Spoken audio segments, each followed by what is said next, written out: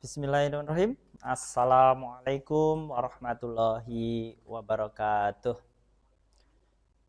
Alhamdulillah, hari ini kita bertemu lagi di kesempatan hari ini kita akan belajar di kelas 2, tema 1, subtema 1, pembelajaran 1. Baik, anak-anakku semuanya dan semua yang bisa mengakses video ini, kita akan belajar tentang hidup rukun di rumah.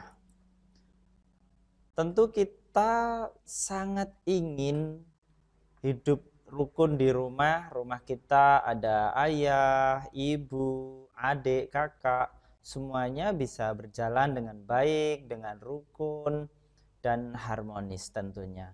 Lalu bagaimana ya caranya kira-kira biar hidup kita itu bisa rukun di rumah, bisa baik dengan ayah, bisa baik dengan ibu, kakak, adik, dan semua yang ada di rumah kita. Kemudian kira-kira apa saja yang nanti kita tidak boleh lakukan agar suasana di rumah tetap rukun. Baik, kemudian mungkin berbagai contoh yang bisa kita lakukan di rumah kita itu mulai dari saling membaca buku dengan baik dengan kakak, adik, kemudian bermain bersama, kerja bakti di rumah, saling berbagi, itu yang hal-hal yang bisa kita lakukan di rumah sehingga rumah kita tetap rukun, tetap baik. Kemudian kakak dan adik harusnya bisa hidup dengan baik, dengan rukun, membaca bersama, saling menghargai, saling membantu. Ketika kakaknya sedang belajar, adiknya tidak mengganggu. Ketika adiknya sedang belajar, kakaknya bisa membantu. Nah, ada sebuah cerita di sebuah rumah, itu ada yang namanya Udin dan Mutiara. Dan Udin dan Mutiara ini sangat disayangi oleh ayah dan bundanya. Nah, suatu hari ayah membawakan buah tangan untuk Mutiara dan Udin. Mutiara mendapatkan buku cerita, Udin mendapatkan mainan. Mutiara dan Udin berterima kasih kepada ayah dan ibunya. Mutiara dan Udin tidak saling berebut oleh-oleh. Ayah dan ibu melihat buah hati mereka selalu rukun. Nah, dari cerita tadi kita akan mendapat sebuah kata yang mungkin belum bisa dimengerti anak-anak semuanya. Yaitu apa? Benar. Buah tangan dan buah hati. Apa yang dimaksud oleh ayah memberikan buah tangan? Buah tangan itu adalah oleh-oleh atau hadiah untuk anak-anaknya. Kemudian buah hati adalah anak. Nah, gabungan kata yang memiliki arti berbeda dengan kata asalnya disebut ungkapan. Nah, ini yang disebut ungkapan. Jadi buah tangan, buah hati itu adalah sebuah ungkapan. Nah, Mutiara yang tadi kita ceritakan itu suka mengkoleksi buku. Ada buku tentang lagu, buku tentang cerita anak, dan berbagai macam buku tentang pengetahuan. Nah, Mutiara menyimpannya di sebuah rak. Menyimpan buku dengan rapi. Buku-buku disusun dengan rapi. Nah, buku itu disusun di rak, kemudian ketika dihitung, Mutiara mengalami kesulitan, misalnya bukunya itu sangat banyak. Kemudian caranya biar menghitung mudah itu dikelompokkan. Misalnya seperti ini. Ini kelompok 1 puluhan. Ini berarti 10. Ada 10 lagi, 10 lagi, 10 lagi, 10 lagi. Berarti di sini ada 5 puluhan. 5 tumpukan buku yang isinya masing-masing 10 disebut 5 puluhan, sama dengan 50. Dan sisanya ada 7 buku, maka jumlahnya adalah 57. Baik, kita akan lihat contoh selanjutnya. Baik. Nah, ini juga ada. Ini ada 70. Ya, kok bisa dapat 70 dari mana? Ini ada 70-an. Ini 10, 10, 10, 10, 10, 10, 10.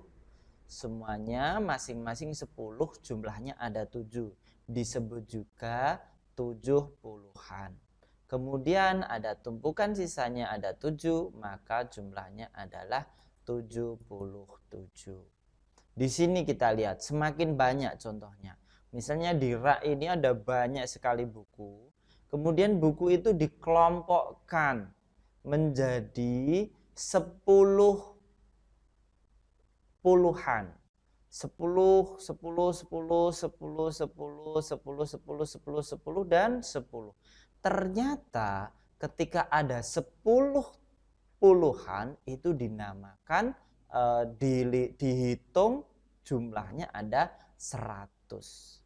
Maka 10 puluhan itu juga bisa disebut dengan ratusan atau seratusan. Baik, setelah kita tadi belajar buku-bukunya Mutiara yang sangat banyak, salah satunya adalah buku lagu. Nah, kira-kira hari ini kita akan bernyanyi lagu apa ya? Mutiara itu suka menyanyi. Nah, gemar baca buku, suka menyanyi. Salah satu bukunya itu tentang buku lagu anak-anak. Nah, kita akan lihat, kita akan mendengarkan, kita akan belajar tentang pola irama. Nanti ada pola irama yang nada panjang, pendek, itu bagaimana? Nanti kita simak dulu lagu berikut ini.